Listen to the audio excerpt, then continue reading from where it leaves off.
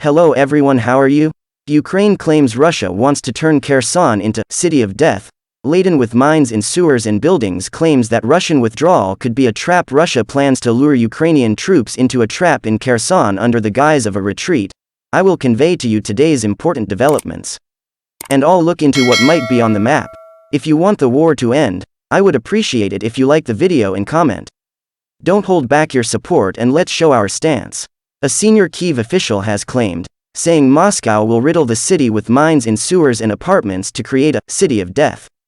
Mikhailo Podolyak, an advisor to Ukraine's president, accused Russia of mining everything they can, and is planning to shell Kherson from the other side of the Dnipro River. He said Russia wanted to turn Kherson into a city of death. General Sergei Surovikin, in overall command of Russian forces in Ukraine, said it was no longer possible to supply Kherson city. Russian forces are to take up defensive lines on the eastern bank of the Dnipro River. Ukraine's military said it was still unable to confirm Russian troops were withdrawing from Kherson. Brigadier General Alexei Gromov, a senior Ukrainian military official, told a briefing that his country's armed forces had left Russian forces no option but to withdraw. But at the moment, we can neither confirm nor deny the information about the so-called Russian withdrawal of troops from Kherson. We will continue our offensive operation in accordance with our plan, he said. Ukrainian President Volodymyr Zelensky also remained skeptical, saying his forces were strengthening their positions, step by step, in the south and, the enemy will make no gifts to us. U.S. President Joe Biden said the retreat showed there were some real problems with the Russian military. General Mark Milley, chairman of the U.S. Joint Chiefs of Staff, said initial indicators suggested Russia was following through with its withdrawal, though it could take time to complete.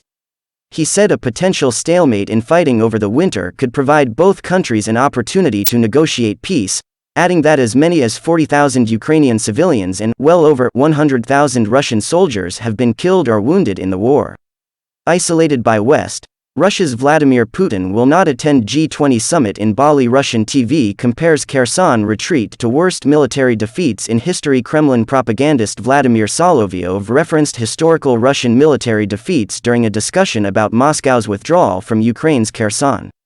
The host of Evening with Vladimir Solovyov on Russia 1 struck a somber tone when he started Wednesday's show by saying he had intended to discuss the U.S. midterm elections before Russia's retreat from the southern Ukrainian city had overtaken events. He then introduced a clip of Russian Defense Minister Sergei Shoigu announcing the withdrawal of Russia's forces from the west bank of the Dnieper River. In another setback for Russian President Vladimir Putin, Shoigu said the decision was made with the recommendation of Russian forces commander, General Sergei Surovikin, because it would save the lives of our military personnel and the combat capability of our forces.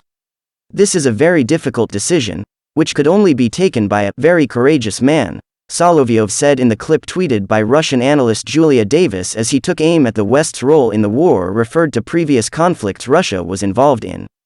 We lost the Russo-Japanese War, he said, referring to the humiliating defeat for Imperial Russia in 1905. We lost World War I. It turned out that our social structure by any means did not prevent a revolution. There was a long war between 1914 and 1918 we lost. This sparked a lively exchange among the panelists, which he interrupted by saying, "Didn't we lose Finland?" in reference to the Winter War in which Moscow's troops were defeated after invading Finland in 1939. "We are at war with NATO," he said. "Obviously we didn't count on NATO fighting us on this scale." In his view, it was important not to succumb to emotions, as well as respect the decision of the military, given how painful and frightening it is. But war has its own laws. We are confronted by 50% of the world's economy which produces weapons, he said. However, he defended the wisdom of Russia's decision and did not criticize Putin directly or his commander. Victory in war happens when an army is destroyed. It is crucially important not to allow for our army to be destroyed. One pundit noted that there had been speculation about the Russian withdrawal from Kherson for days, which spurred Solovyov to say that leaving before November 8 would have helped the Democrats in the U.S. and been a gift to President Joe Biden. That is precisely why we announced it after the 8th, on the 9th when it can't influence the U.S. elections, he said.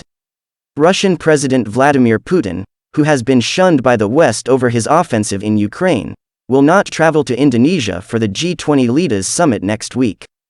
Indonesian and Russian officials said on Thursday that Russia would instead be represented at next week's summit by Foreign Minister Sergei Lavrov.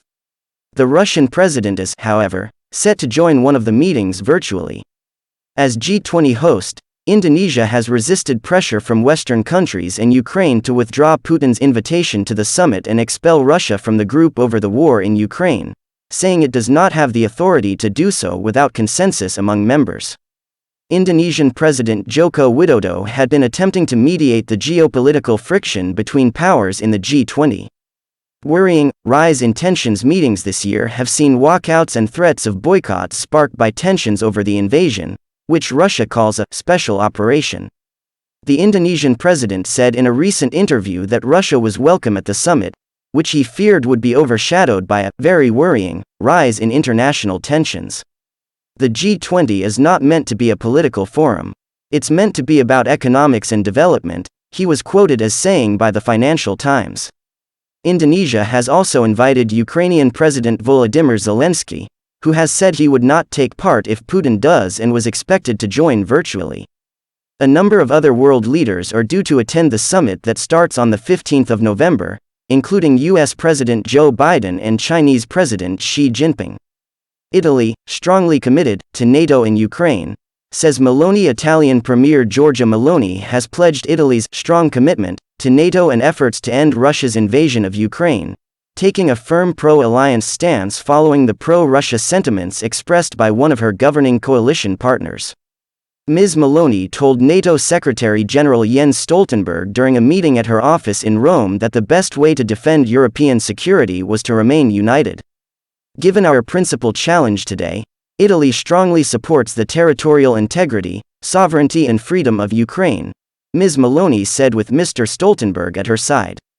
The political cohesion of the alliance and our full commitment to supporting the Ukrainian cause are, from our point of view, the best response that NATO allies can give. Thank you for listening. I will keep you informed of the hottest developments.